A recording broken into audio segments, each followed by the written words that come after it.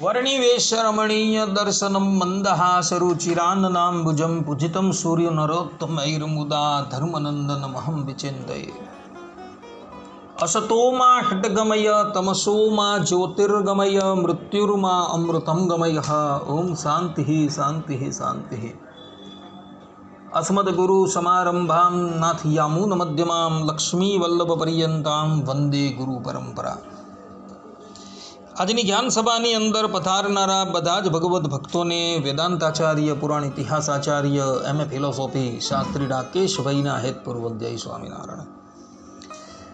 ભક્તો, આજની આ જ્ઞાન સભાની અંદર આપણે બધા આમળાની ઉત્પત્તિની કથા તથા એકાદશીના દિવસે આમળાથી સ્નાન કરનારાના બધા પાપ સમાપ્ત થઈ જાય છે અને દેહાંતે ભગવાનના ધામમાં જાય છે, આ વિષય પર થોડી વાર શ્રવણ કરશું. તો બધા શ્રોતાગણો પોતાના હિતને અર્થ આ પ્રવચન એકાગ્ર મને કરીને શ્રવણ કરે અને એને આત્મસાત કરી લે. તો શિવપુરાણ દ્વિતીય રુદ્ર સંહિતા અધ્યાય 26માં એક કથા આવે છે કે ધરાતલ પર જલંધર નામનો એક અસુર પ્રગટ થયો હતો, જેના લગ્ન વૃંદાની સાથે થયા હતા. જલંધરે તપસ્યા કરી બ્રહ્માજી પાસે એવો વર માગ્યો હતો કે એ સમસ્ત ત્રિલોકીનો અધિપતિ થઈ જાય, અને બ્રહ્માજીએ એને એ વર આપી દીધો. ત્યારબાદ જલંધરે સંપૂર્ણ ત્રિલોકીને જીતી લીધી અને જ્યાં ત્યાંથી દેવતાઓની, દાનવોની, અસુરોની, ઋષિઓની, મનુષ્યોની કન્યાઓને અપહરણ કરી એની સાથે ન કરવા યોગ્ય કાર્ય કરતો હતો. આ જલંધરની પત્ની વૃંદાનું પાતિવ્રત્ય એટલું બધું પ્રબળ હતું કે એને લઈને દેવતાઓ પણ એનું કાંઈ કરી શકતા ન હતા. એક સમયની વાત છે, દેવતાઓ બધા ભગવાન શંકર અને શ્રીમદ નારાયણ પાસે આવે છે અને કહે છે કે પ્રભુ, આપ અમારી જલંધરના આતંકથી રક્ષા કરો.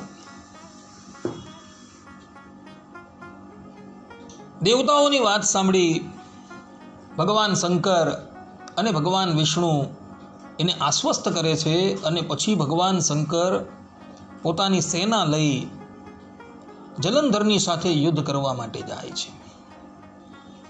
પરંતુ જલંધર પોતાની ધર્મપત્ની વૃંદાના પાતિવ્રત્યથી સુરક્ષિત હતો, એટલે ભગવાન વિષ્ણુ બીજી બાજુ જલંધરનું રૂપ ધારણ કરી વૃંદાની પાસે જાય છે અને એનું પાતિવ્રત્ય ભંગ કરે છે.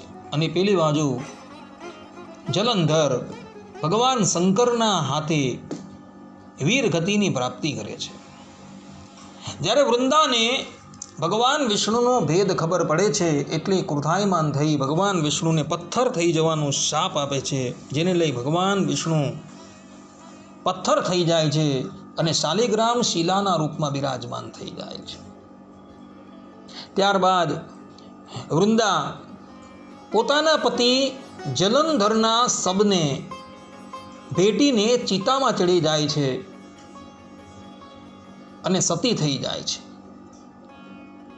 વૃંદાની જે રાખ હતી, વૃંદાની રાખને દેવી સરસ્વતી, દેવી પાર્વતી અને માતા લક્ષ્મી જલથી સિંચે છે, ત્યારે એમાંથી 3 વૃક્ષો પ્રગટ થાય છે. એ 3 વૃક્ષો હતા, એક તુલસીનું વૃક્ષ, બીજું ધાત્રી એટલે કે આમળાનું વૃક્ષ, અને ત્રીજું વૃક્ષ હતું માલતીનું. આ 3 વૃક્ષોના પુષ્પો તથા ફલ ભગવાનને ખૂબ પ્રિય છે, અને એને લઈને ઠાકોરજીની સેવાની અંદર બીજી કોઈ વસ્તુ ન હોય, અને કેવલ આ 3માંથી એક વૃક્ષના પુષ્પો પણ જો ભગવાનને અર્પણ કરવામાં આવે તો એનાથી ભગવાન અતિશય પ્રસન્ન થાય છે.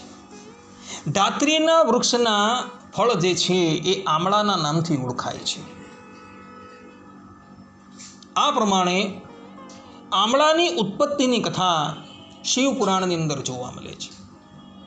બીજી એક કથા ભવિષ્ય પુરાણની અંદર જોવા મળે છે ત્યાં કથા એવી છે કે શ્રીમદ નારાયણ ભગવાન એક દિવસ પોતાના ગોલોક ધામની અંદર બિરાજમાન હતા. ભગવાનના મુખમાંથી એ વખતે આમળાના વૃક્ષની ઉત્પત્તિ થાય છે અને એ વૃક્ષ ધરાતલ પર આવે છે અને તે દિવસથી આમળો જે છે એ ભગવાનની સેવાની અંદર વિનિયોગ થવા લાગે છે. કહેવાનું તાત્પર્ય એ છે કે આમળાના વૃક્ષની ઉત્પત્તિ ભગવાન શ્રીમદ નારાયણના મુખમાંથી થઈ છે અને એટલે માટે આમળું જે છે એ અતિશય પવિત્ર છે. આ પ્રમાણે આમળાની ઉત્પત્તિની કથા ભવિષ્ય પુરાણ તથા શિવ પુરાણની અંદર જોવા મળે છે.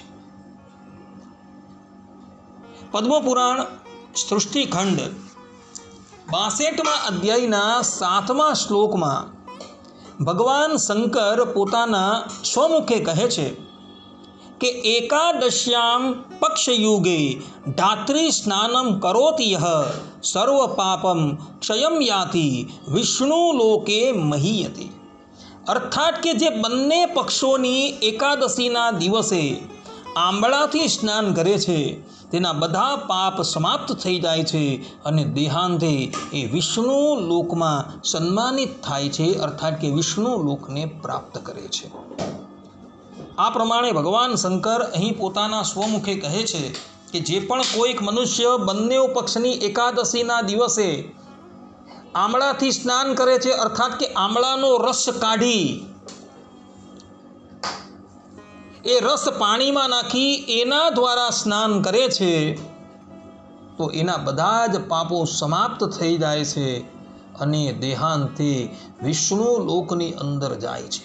માટે ભક્તો, અલ્પ પ્રયાસની અંદર મનુષ્યનું કલ્યાણ થાય એવો ઉપાય ભગવાન શંકરે બતાવેલો છે. આમળો એ ભગવાનના મુખમાંથી પ્રગટ થયો છે તથા વૃંદાની રાખમાંથી એનું પ્રાગટ્ય થયું છે, એટલે માટે આમળો અતિશય પવિત્ર છે. અને એકાદશીને દિવસે તો આમળાથી સ્નાન કરવાથી મનુષ્ય બધા જ પાપોથી મુક્ત થઈ દેહાંતે વિષ્ણુ લોકની અંદર જાય છે એવું ભગવાન શંકર કહે છે. જે લોકોએ જોવું હોય એ લોકો પદ્મપુરાણ સૃષ્ટિખંડ 62મો અધ્યાય 7મો શ્લોક જોઈ લે. એમાં આ વાત ભગવાન શંકરે દીધેલી છે. બધા જ લોકો એકાદશીના દિવસે આમળાથી અવશ્ય સ્નાન કરે, જેથી કરીને એ બધા જ પાપોથી મુક્ત થઈ દેહાંતે ભગવાન વિષ્ણુના લોકમાં પ્રવેશ કરશે. આટલું કહીને હું મારા પ્રવચનને અહીં વિરામ આપું છું. સર્વે સંતુ નિરામયઃ, સર્વે સુખીનો ભવંતુ, સર્વે ભદ્રાણિ પશ્યન્તુ, મા કશ્ચિદ દુઃખ ભાગ ભવેત. અસ્તુ. જય સ્વામિનારાયણ.